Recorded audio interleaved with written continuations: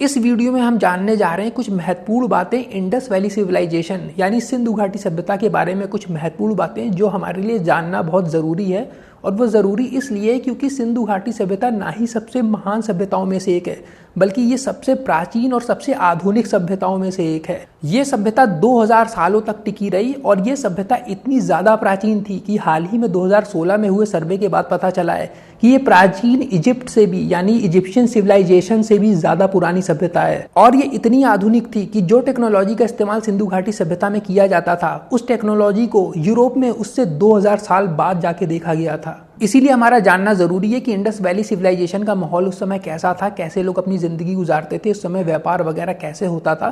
तो इसके बारे में हम एक छोटी सी झलक देखेंगे और कुछ महत्वपूर्ण बातों को जानेंगे। तो चलिए वीडियो शुरू करते हैं। सिंधु घाटी सभ्यता दुनिया की 4 महान सभ्यताओं में से एक है। यह सिंधु और घगर हकरा के बाढ़ के मैदानों में फली फूली। ये दक्षिण एशिया के पश्चिमी भाग में फैली हुई थी, जो अब भारत, पाकिस्तान और अफगानिस्तान में स्थित है। यह 2500 ईसा पूर्व में फली फूली। मेसोपोटामिया, मिस्र, चीन और सिंधु घाटी सभ्यता प्राचीन विश्व की 4 महान सभ्यताएं मानी जाती हैं। पहली 3 मेसोपोटामिया, मिस्र और चीन, इनका व्यापक रूप से अध्ययन किया जा चुका है और सभी लोग इनके बारे में अच्छी तरीके से जानते हैं। लेकिन चौथी और बराबर इम्पोर्टेंस की और सबसे ज़्यादा सोफिस्टिकेटेड सिंधु घाटी सभ्यता, जो सिंधु और घग्गर हकरा के बाढ़ के मैदानों में विकसित हुई थी, ये हमारी याददाश्त से लगभग लुप्त हो गई थी और आज तक ये पहेली बनी हुई है। 20वीं शताब्दी में खोई और भुला दी गई सिंधु घाटी सभ्यता को फिर से खोजा गया और स्वीकार किया गया कि इसे अन्य 3 सभ्यताओं मेसोपोटामिया, मिस्र और चीन के साथ समान महत्व दिया जाएगा। रेडियो कार्बन डेटिंग के अनुसार सिंधु घाटी सभ्यता की शुरुआत 2500 से 1750 ईसा पूर्व हुई थी। हड़प्पा सभ्यता की सबसे विशिष्ट विशेषता इसका शहरीकरण था। इसके अलावा सिंधु घाटी सभ्यता में भेड़, बकरियां, कुत्ते, कुबड़ वाले मवेशी, भैंस और हाथियों को पालतू बनाया गया था। इसकी राजधानी शहर मोहनजोदाड़ो और हड़प्पा शहर थे। बंदरगाह शहर सतकांगेडोर, बालाकोट, लोथल, अलादीनो और कुतानसी थे। सिंधु घाटी के लोग कपास और ऊन दोनों के उपयोग से अच्छी तरीके से परिचित थे, यानी कॉटन और वूल के। सिंधु घाटी सभ्यता से संबंधित कई शहरों की खोज और खुदाई की गई है। उनमें से कुछ आर्कियोलॉजिस्ट ने सिंधु घाटी सभ्यता से संबंधित कुछ प्रमुख शहरों को खोज निकाला, जिनमें से सिंधु घाटी सभ्यता के कुछ 7 प्रमुख शहरों की लिस्ट इस प्रकार है। मोहनजोदाड़ो सिंध प्रांत, पाकिस्तान। यह सिंधु नदी के दाहिने किनारे पर स्थित था। कालीबंगन, राजस्थान। यह घग्गर नदी के तट पर स्थित था। सुरकोटडा, गुजरात। यह कच्छ के रण के शीर्ष पर था। बनावली, हरियाणा। यह अब विलुप्त हो चुकी सरस्वती नदी के तट पर स्थित था। धोलावीरा, गुजरात। इसकी खुदाई कच्छ जिले में की गई थी। अब सिंधु घाटी सभ्यता में मोहरें कैसी चलती थी, सिक्के कैसे चलते थे, उनके बारे में अगर बात की जाए तो सिंधु घाटी सभ्यता ने बहुत सारी कलाकृतियों और कला के रूपों का निर्माण किया था। सिंधु घाटी कला का उदय करीब 2500 ईसा पूर्व के दौरान हुआ था। हड़प्पा स्थलों से आर्कियोलॉजिस्ट ने हजारों तरह की मोहरों को खोज निकाला। अब उस जमाने में मोहरें जो ये चलती थी, ये बनी किस चीज़ से थी, इनके बारे में अगर जानने की कोशिश की जाए तो ज़्यादातर मोहरें स्टीटाइट नाम के पत्थर से बनी थी। ये एक प्रकार का नरम पत्थर होता है। कुछ मोहरें सोने की भी थी, कुछ आइवोरी, एगेट यानी सुलेमानी पत्थर इसको कहते हैं। पक्की मिट्टी से कुछ मोहरें बनी हुई थी। चर्ट यानी सेडिमेंट्री रॉक या तलछट्टी चट्टानों से भी कुछ मोहरों को बनाया गया था, और फायंस यानी चीनी मिट्टी से भी कुछ मोहरें बनी थीं। अब इन मोहरों का आकार कैसा होता था, शेप कैसा होता था, तो ये 2x2 डायमेंशन की स्क्वायर शेप्ड की यानी वर्गाकार के आकार की ये मोहरें हुआ करती थीं। फिर अगर इनके बारे में जानने की कोशिश करें कि इन मोहरों का किन किन चीज़ों में इनको काम में लाया जाता था, तो इन ज़्यादातर मोहरों का इस्तेमाल व्यावसायिक उद्देश्यों के लिए किया जाता था, यानी बिजनेस वगैरह करने के लिए किया जाता था। कुछ मोहरों का उपयोग ताबीज़ के रूप में भी किया जाता था, जो पहनते थे गले में।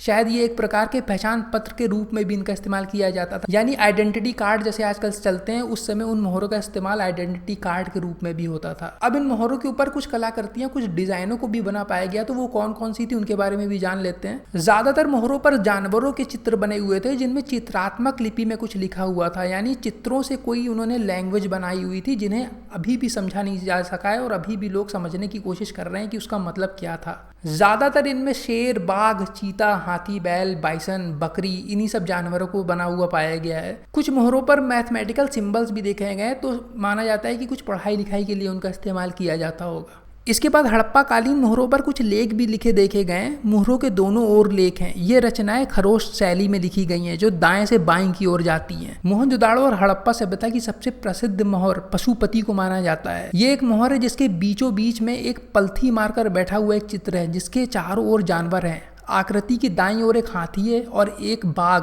और बाईं ओर गैंडा और एक भैंसा बैठा हुआ है। तो सबसे पहले हम सिंधु घाटी सभ्यता के भूगोल के बारे में 3 प्रमुख बातें समझते हैं। सिंधु घाटी सभ्यता विश्व की 4 सभ्यताओं, जिसमें मेसोपोटामिया, मिस्र और चीन आती हैं, उनमें से सबसे बड़ी थी।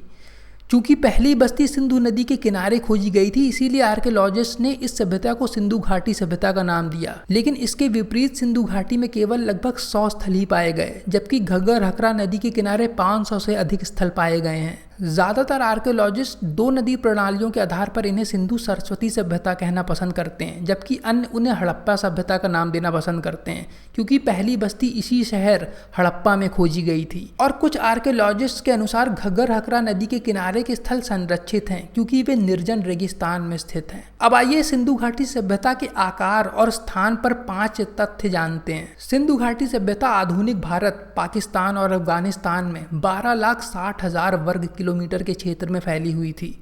सिंधु घाटी सभ्यता में 1056 शहर और बस्तियां मिली हैं, जिनमें से 96 की खुदाई की जा चुकी है। यह सभ्यता पूर्व में घग्गर हकरा घाटी से लेकर पश्चिम में बलूचिस्तान के मकरान तट तक, उत्तर पूर्व में अफगानिस्तान से लेकर दक्षिण में महाराष्ट्र के दैमाबाद तक फैली हुई थी। अधिकांश बस्तियां सिंधु और घग्गर हकरा नदियों और उनके सहायक नदियों के विस्तृत क्षेत्र में स्थित हैं। इसके प्रमुख शहरी केंद्र थे हड़प्पा, मोहनजोदाड़ो, धोलावीरा, गनबेरीवाला और राखीगढ़ी। अब सिंधु घाटी सभ्यता की जनसंख्या के बारे में कुछ जान लेते हैं। तो सिंधु घाटी सभ्यता की जनसंख्या 5 मिलियन से अधिक थी, यानी 50 लाख लोगों से ज्यादा की जनसंख्या थी। सिंधु घाटी सभ्यता की ज्यादातर आबादी गांव में रहती थी कि नहीं, ये साफ नहीं है, क्योंकि गांव का निर्माण मिट्टी या लकड़ी जैसी सामग्रियों से किया गया होगा जो आसानी से नष्ट हो जाते हैं। इसीलिए इन गाँवों में जीवन शैली और संस्कृति का पता लगा पाना मुश्किल है, जो समय के साथ बिना किसी निशान के खो गए। घनी आबादी होने के बावजूद एक ही समय बसे मेसोपोटामिया या मिस्र जैसे शहरों की तरह सिंधु घाटी सभ्यता अराजक नहीं थी, यानी वहाँ के लोग ऐसे नहीं थे कि शासक या शासन के नियमों का वो लोग पालन न करें। लगभग 300 हेक्टेयर क्षेत्रफल वाला मोहनजोदाड़ो सबसे बड़ा शहर था। मोहनजोदाड़ो की जनसंख्या 40,000 की रही होगी। अलादीनो सिंधु घाटी सभ्यता का सबसे छोटा स्थल था। इसके बाद कुछ बातें जानते हैं सिंधु घाटी सभ्यता की जल निकासी प्रणाली की। उनके पास काफी एडवांस्ड सैनिटेशन सिस्टम था। सिंधु घाटी सभ्यता के लोग पानी को कैसे चैनल करके खराब पानी को कैसे दूसरे रास्ते से निकाल देना है, ये अच्छी तरीके से जानते थे। और किसी भी प्राचीन सभ्यता से सबसे पहले इन्होंने ऐसी व्यवस्था बनाई थी। यहाँ तक कि रोमनों ने हजारों साल बाद जल सेतुओं का निर्माण किया। उनके जल प्रबंधन की प्रणाली इतनी ज़्यादा एडवांस थी कि उनके पास हड़प्पा की सड़कों पर इकट्ठा पानी और तूफानी जल यानी वर्षा जल, उन सब के लिए अलग अलग चैनल थे। खराब पानी के लिए अंडरग्राउंड ड्रेनेज सिस्टम था और उन्हें साफ रखने के लिए टेराकोटा से ढक्कन बनवाए गए थे। अब सिंधु घाटी सभ्यता की नगर योजना की कुछ मेन बातों को जान लेते हैं। दुनिया के पहले नियोजित यानी प्लान्ड शहर सिंधु घाटी सभ्यता में पाए गए थे। सभ्यता के शहरों की योजना ग्रिड पैटर्न में बनाई गई थी, जिसमें सड़कें समकोण पर गुजरती थी, यानी राइट एंगल पर। शहरी नियोजन के ये चमत्कार यूरोपियन अर्बन प्लानिंग के जनक माने जाने वाले मिलेटस के हिप्पोडेमस के काल से भी हजारों साल पुराने थे। सिंधु घाटी के शहरों और कस्बों में एक रेक्टेंगुलर ग्रिड पैटर्न था। मुख्य सड़कें उत्तर दिशा में थीं और माध्यमिक सड़कें पूर्व दिशा में थीं। सड़कों का राइट एंगल पर आकर मिलना, ऐसा माना जाता है कि ये सटीक पैटर्न धार्मिक या खगोलीय मान्यताओं के कारण था। अच्छी तरह से प्लान होने और पानी के एडवांस्ड ड्रेनेज सिस्टम व्यवस्था होने के अलावा हड़प्पा शहर के और कस्बे भी काफ़ी आधुनिक और स्टैंडर्ड थे। खुदाई से मिली लगभग सभी स्थानों की संरचना और पैटर्न एक समान दिखाई देते हैं। यहाँ तक कि घरों की ईंटों के डायमेंशन भी समान थे। मोहनजोदाड़ो और हड़प्पा में पाई जाने वाली सड़कें 10.5 मीटर तक चौड़ी थी। छोटी सड़कें कम से कम 1.5 मीटर चौड़ी थी। आर्कियोलॉजिस्ट का मानना है कि चौड़ी सड़कें अपने साथ साथ बाजार की गतिविधियों को ध्यान में रखकर बनाई गई थी। बैलगाड़ी की आसान आवाजाही की सुविधा के लिए हड़प्पा की सड़कों को पक्की ईंटों से पक्का किया गया था।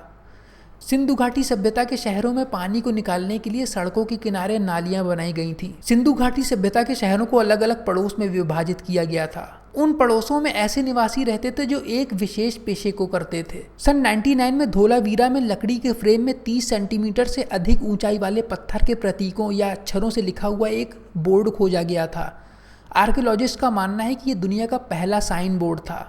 ऐसा माना जाता है कि इसे शहर के गढ़ के उत्तरी द्वार के ऊपरी भाग पर रखा गया था, जो जगह शहर के बाकी स्थानों से ऊंची हुआ करती थी, जिसे इंग्लिश में सीटाडेल भी कहते हैं। अब सिंधु घाटी सभ्यता की साफ सफाई के बारे में कुछ बातें जान लेते हैं। सिंधु घाटी सभ्यता के लोग बहुत साफ सफाई से रहते थे और स्वस्थ जीवन जीते थे, जो बात वहां पर खुदाई में निकली चीजों से पता चली है। बड़ी संख्या में सार्वजनिक स्नान घर, बाथरूम और toilet, advanced water management system, हर घर में बहता पानी, साफ पानी का इस्तेमाल किए जाने की प्रणाली और खराब पानी को अंडरग्राउंड जल प्रणाली से बाहर निकाल देना हड़प्पा जीवन के स्वच्छता के महत्व की ओर इशारा करता है। उस प्राचीन काल में भी सिंधु घाटी सभ्यता अपने समय से बहुत आगे थी। मोहनजोदाड़ो शहर में सड़कों के किनारे कूड़ेदान रखे हुए थे। ये विशेष रूप से कचरे का निपटारा करने के लिए ईंट के कंटेनर बनाए गए थे। प्रत्येक शहर का अपना बड़ा स्नान घर होता था। इस सभ्यता के हर शहर में कम से कम एक महान स्नान घर होता था, यानी वो काफी बड़ा स्नान घर होता था, जहाँ पर शहर में रहने वाले खूब सारे लोग स्नान करने जाते थे और उनका शायद कोई धार्मिक उद्देश्य रहा होगा। अब सिंधु घाटी सभ्यता के धर्म के बारे में अगर बात की जाए तो उस समय वहां पर मातृ देवी या शक्ति देवी को माता मानकर पूजा जाता था। योनि पूजा और प्रकृति पूजा अस्तित्व में थी। वो पीपल के पेड़ों की पूजा करते थे। वो अग्नि की भी पूजा करते थे, जिसे हवन कुंड कहा जाता था। पशुपति महादेव को पशुओं के देवता के रूप में जाना जाता था और पूजा जाता था। सिंधु घाटी सभ्यता के लोग गैंडा और बैल जैसे जानवरों की पूजा करते थे। हालांकि सिंधु घाटी सभ्यता में आर्कियोलॉजिस्ट को मंदिर या महल या किसी स्मारक जैसी कोई संरचना नहीं मिली, पर उस समय हर शहर में जो महान स्नान घर होते थे, शायद वहीं पर धार्मिक कार्य होते थे, या मंदिर कुछ होंगे भी तो हो सकता है वो मिट गए हों। सिंधु घाटी सभ्यता कृषि यानी किसानी पर आधारित थी। इस काल में व्यापार और वाणिज्य यानी कॉमर्स का विकास हुआ। मध्यकांश युग में मेसोपोटामिया के शास्त्री अक्सर उस स्थान का उल्लेख करते हैं जिसे वो मेलुहा कहते थे। मेलुहा सुमेरियों का एक प्रमुख व्यापारिक भागीदार था और वे बड़ी मात्रा में लकड़ी और आबूनूस का आयात यानी इंपोर्ट करते थे। तिल का तेल और लापिस लजुली जैसी विलासिता की वस्तुएं भी मेलुहा से आयात की जाती थीं, जो मुमकिन है कि सिंधु घाटी सभ्यता ही थी। लोथल में एक गोदी खाना यानी डॉकयार्ड मिला है, जहां पर पानी के जहाजों की मरम्मत की जाती थी और वहां से इंपोर्ट और एक्सपोर्ट किया जाता था। यहाँ पर कपास यानी कॉटन का उत्पादन होता था। खरीदारी के लिए वजन और माप का इस्तेमाल हड़प्पा संस्कृति में किया जाता था और इन्हें लोथल में पाया गया है। ये बाट चूना पत्थर और स्टीटाइट आदि से बने होते थे और आमतौर पर क्यूबिकल शेप में होते थे। सिंधु घाटी सभ्यता के लोग दुनिया के सबसे पहले कपास के उत्पादक थे, यानी कॉटन के। दुनिया में कपास के सबसे शुरुआती निशान यहीं पाए गए थे। कपास के उपयोग का सबसे पहला प्रमाण मेहरगढ़ में 6ठी सहस्त्राब्दी ईसा पूर्व का पाया गया था। सिंधु घाटी के किसान कपास की कटाई और बुनाई करने वाले पहले व्यक्ति थे। कपास भी निर्यात यानी एक्सपोर्ट की जाने वाली वस्तुओं में से एक थी। सिंधु घाटी के अन्य सभ्यताओं के साथ बड़े पैमाने पर समुद्री व्यापार के संबंध थे। कई बंदरगाह शहरों का पता लगाया गया है जो अन्य सभ्यताओं के साथ बड़े पैमाने पर समुद्री व्यापार करते थे।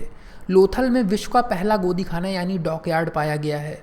बाकी दूसरे बंदरगाहों को अलादीनो, सक्ता गेंडोर और बालाकोट नाम के स्थानों पर पाया गया है। अब चलिए सिंधु घाटी सभ्यता के समाज के बारे में कुछ बातें जानते हैं। सिंधु घाटी सभ्यता के निवासियों के सामाजिक जीवन के बारे में पर्याप्त जानकारी को समझने में हमारी मदद करने के लिए खुदाई से बहुत सारे सुराग मिले हैं। जैसे वो अपना मनोरंजन के लिए शिकार करते थे, मछली पकड़ते थे, क्ले मॉडलिंग करते थे या सांडों की लड़ाई करवाते थे या उसको देखते थे।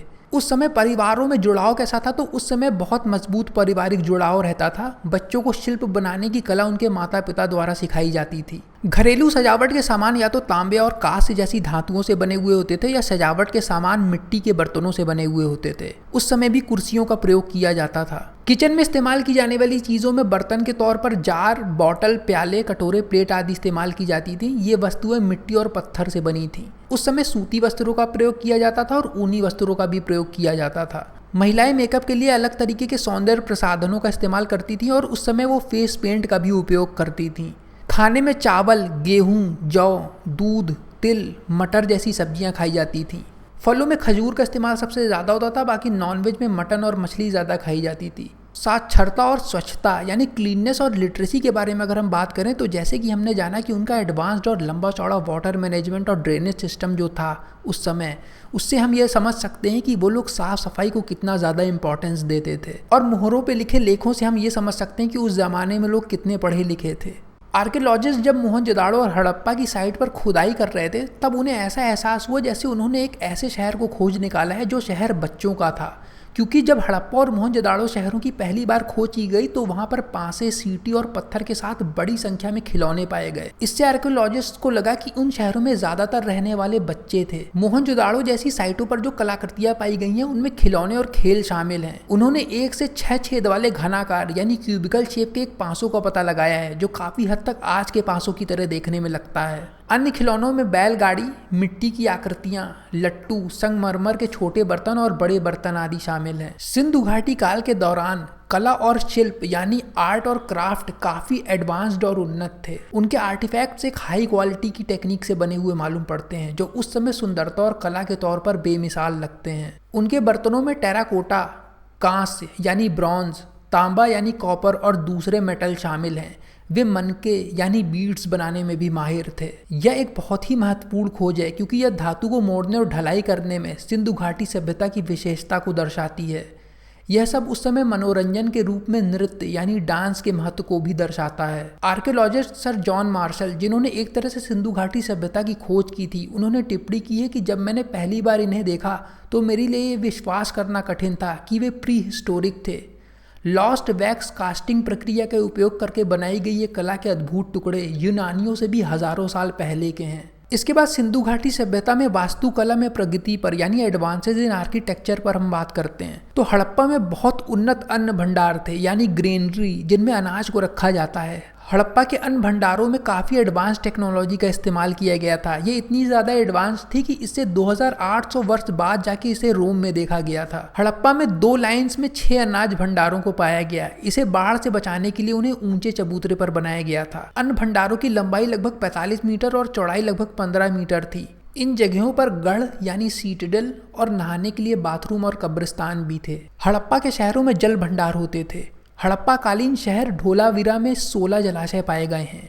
ये जलाशय शहर को बाढ़ से बचाने और शुष्क मौसम के दौरान भी पूरे साल पानी की मांग को पूरा करने के लिए दोहरे उद्देश्यों को पूरा करते थे। उन्होंने ऐसे बांध बनाए थे जो पानी के बहाव को कंट्रोल कर सकें और विशाल जलाशयों में पानी को इकट्ठा किया जा सके। सिंधु घाटी सभ्यता में हर जगह एक तरह की खास पकी हुई ईंटों का इस्तेमाल किया जाता था। हड़प्पा काल में 2 प्रकार की ईंटों का इस्तेमाल किया जाता था। एक का माप 7 गुणा 14 गुणा 28 सेंटीमीटर होता था और दूसरे का आकार 10 गुणा 20 गुणा 14 सेंटीमीटर होता था। सार्वजनिक भवनों के निर्माण के लिए यानी पब्लिक बिल्डिंग्स के लिए बड़ी ईंटों का इस्तेमाल किया जाता था और घर बनाने के लिए छोटी ईंटों का इस्तेमाल किया जाता था। दोनों प्रकार की ईंटों में 1:2:4 के रेशियो के नियम का पालन किया जाता था। इसके अलावा 1:2:4 का अनुपात केवल ईंटों तक ही सीमित नहीं था बल्कि सभी पहलुओं तक था। इस अनुपात का पालन घरों, पब्लिक बिल्डिंग्स, पड़ोस के क्षेत्रों और यहाँ तक कि शहर में भी किया जाता था। इतिहासकार ये नहीं जान सके हैं कि ये स्टैंडर्ड जो उन्होंने सेट किया था ये किसी मान्यताओं के कारण था या सिर्फ बिल्डरों द्वारा बनाई गई एक परंपरा के कारण था। हड़प्पा के समय घर बहुमंजिला इमारतें होती थी, मतलब मल्टी स्टोरी बिल्डिंग्स हुआ करती थी उस समय। उनकी वास्तुकला और चिनाई इतनी एडवांस थी कि हड़प्पा में 2 और 3 मंजिला घर हुआ करते थे। इन विशाल घरों के बीच में आंगन और छत पर जाने के लिए एक टेरेस भी होता था। सिंधु घाटी के किसी भी घर में मुख्य सड़कों की तरफ कोई खिड़की या दरवाज़ा नहीं होता था। घरों की सभी खिड़कियां और दरवाजे घर के बीच में बने आंगन में खुलते थे। इस प्रकार शायद वो लोग शोर और धूल से बचने के लिए इस तरीके से डिजाइन करते थे। उस समय घरों में अटैच्ड बाथरूम होते थे। सिंधु घाटी सभ्यता शायद दुनिया की पहली सभ्यता थी जिसमें बाथरूम से जुड़े घर थे। उनमें बहता हुआ पानी तक आता था। इसके अलावा उनके पास पानी की एडवांस्ड ड्रेनेज फैसिलिटी थी, यानी पानी की निकासी की उन्नत तकनीक। दुनिया का पहला वर्षा जल संचयन यही हुआ था, यानी हड़प्पा सभ्यता में बारिश के पानी को इकट्ठा करने की व्यवस्था थी जो दुनिया में सबसे पहले यहीं पर हुई थी। उनका वाटर मैनेजमेंट सिस्टम काफ़ी कॉम्प्लेक्स पर सक्सेसफुल था। विश्व का सार्वजनिक जल टैंक जिसका नाम द ग्रेट बाथ है यहीं पाया गया था। मोहनजोदाड़ो शहर में 80 सार्वजनिक शौचालय और लगभग 700 कुओं के साथ एक बड़ा पानी का मैनेजमेंट सिस्टम था और हर इलाके में पानी को पहुंचाने के लिए इन कुओं को उसी प्लानिंग से बनाया गया था।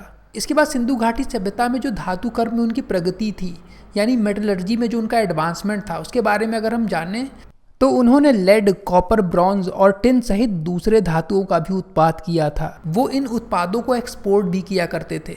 वो तांबे को अन्य धातुओं के साथ गलाने की तकनीक जानते थे। लोथल में 0.25 मिलीमीटर व्यास से भी छोटे सोने के हार को खुदाई में पाया गया है। बाकी दूसरे धातु और कलाकृतियों को मोहनजोदारो और हड़प्पा में रंगपुर में पाई गई हैं। हड़प्पा कालीन तांबे के उपकरण ढलाई विधि से बनाए जाते थे। कांसे के बर्तन एक ही शीट से बनाए जाते थे जिन्हें हथौड़े से ठोका जाता था। सिंधु घाटी सभ्यता में धातुओं को गलाकर बनाने की तकनीक काफ़ी अच्छी तरीके से विकसित थी। उन्होंने टच स्टोन तकनीक से सोना कितना शुद्ध है उसका भी टेस्ट किया था। हरियाणा के बनावली से एक कसौटी पत्थर प्राप्त हुआ है। इस कसौटी पर सोने की धारियां जो दर्शाती हैं कि जहां तक इसका उपयोग सोने की शुद्धता परखने के लिए किया जाता होगा। इस तकनीक का उपयोग आज भी देश के कुछ हिस्सों में किया जाता है। सिंधु घाटी सभ्यता में किए जाने वाले मेजरमेंट सिस्टम के बारे में अगर हम जानें तो इस सभ्यता के स्थलों से पत्थर खुदाई में निकले हैं जो क्यूबिकल शेप के हैं। आर्कियोलॉजिस्ट का मानना है कि इन्हें माप तौल के लिए इस्तेमाल किया जाता होगा। इनका वजन 5:2:1 के रेशियो में बढ़ता हुआ मिला है। उनका वजन 0.05, 0.1, 0.2, 0.5, 1, 2, 5, 10, 20, 50, 100, 200 और 500 यूनिट्स का था। ये उस समय के मिस्र और मेसोपोटामिया के मेजरमेंट सिस्टम से अलग हैं। इसीलिए यह निष्कर्ष निकाला जा सकता है कि यह प्रणाली उन्होंने खुद ही विकसित की थी। आइवरी से बनी स्केल पर जो सबसे छोटी डिवीजन की मार्किंग पाई गई है वो 1.704 mm की है। इसे गुजरात के लोथल में पाया गया और ये मार्किंग ब्रॉन्ज एज की सबसे छोटी रिकॉर्डेड डिवीजन है।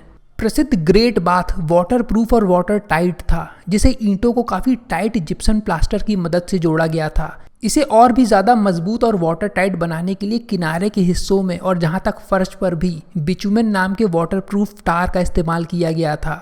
पास में बने कुओं से इसमें वाटर सप्लाई किया जाता था।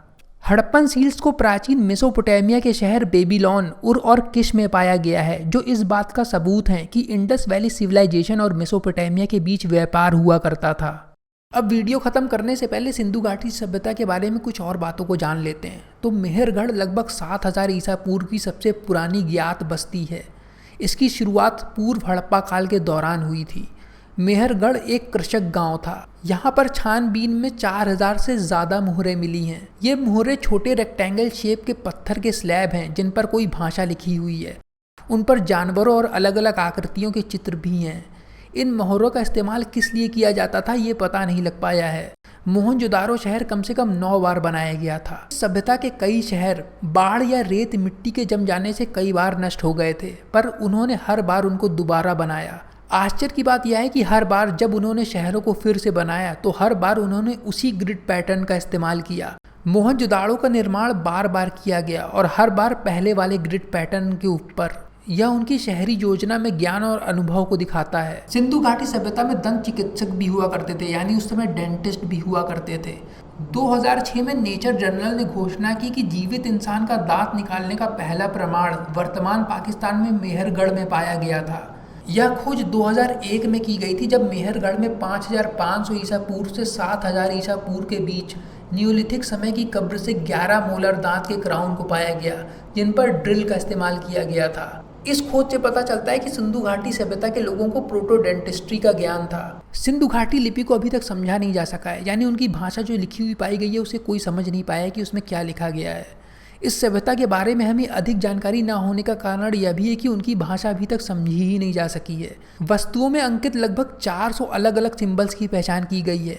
वो 3 से 20 के बीच की श्रृंखला में दिखाई देते हैं। इतिहासकारों का मानना है कि ये जहाँ तक नाम है और इनका और कोई मतलब नहीं है। व्यवस्थित जीवन शैली होने के बावजूद हड़प्पा सभ्यता के किसी शासक या राजा का या किसी भी तरह के गवर्नमेंट सिस्टम का कोई रिकॉर्ड नहीं मिला है। सिर्फ टेराकोटा से बनी एक कलाकृति मिली है जिससे उस समय के किसी महत्वपूर्ण पुजारी या राजा को माना जा सकता है। 1856 में जब अंग्रेज कराची से लाहौर तक east Indian railway company line का निर्माण कर रहे थे तो उन्हें ईंटों की कमी का सामना करना पड़ गया। तब अंग्रेजों ने 150 किलोमीटर रेलवे ट्रैक बिछाने के लिए हड़प्पा के आसपास के गांव से मिली 4000 साल से भी ज़्यादा पुरानी ईंटों का इस्तेमाल किया, जो उन्हें इस खंडहर बन चुके शहरों से मिली थी। इंडस वैली सिविलाइजेशन में किसी भी तरीके के युद्ध या लड़ाई का सबूत नहीं मिला है। हालांकि स्थलों से भाले, चाकू और तीर कमान जैसी कुछ हथियार मिले हैं, लेकिन सिंधु घाटी सभ्यता से युद्ध का कोई सबूत नहीं है। इसका मतलब यह है कि उनका कोई दुश्मन नहीं था और अन्य बस्तियों के साथ उनके अच्छे व्यापारिक संबंध थे। उनके लुप्त हो जाने का कारण आज तक नहीं पता चल पाया है। इतिहासकार आज भी नहीं जान पाए कि सिंधु घाटी सभ्यता के पतन का क्या कारण था, पर विशेषज्ञ अब ये मान गए कि ये कोई आपदा नहीं थी जो उनके विलुप्त हो जाने का कारण बनी। शहर और बस्तियां धीरे धीरे खत्म होने लगी और ऐसा लगता है कि उन्हें निवासियों ने छोड़ दिया जो शायद हरे भरे चरागाहों की ओर पलायन कर गए थे। ऐसा माना जाता है कि सरस्वती नदी के धीरे धीरे सूखने के कारण ऐसा हुआ होगा। यह सभ्यता अचानक खत्म नहीं हुई, बल्कि उसमें धीमे धीमे गिरावट आई और वहाँ के लोग दूसरी जगह और दूसरी संस्कृति वाले लोगों के साथ रहने लगे। तो इसी के साथ मैं ये वीडियो यहीं पर ख़त्म करता हूँ। और इंडस वैली सिविलाइजेशन के बारे में हमने काफ़ी डिटेल में जान लिया है। तो मिलता हूँ आप सबसे फिर से एक नए वीडियो में, तब तक के लिए बाय बाय।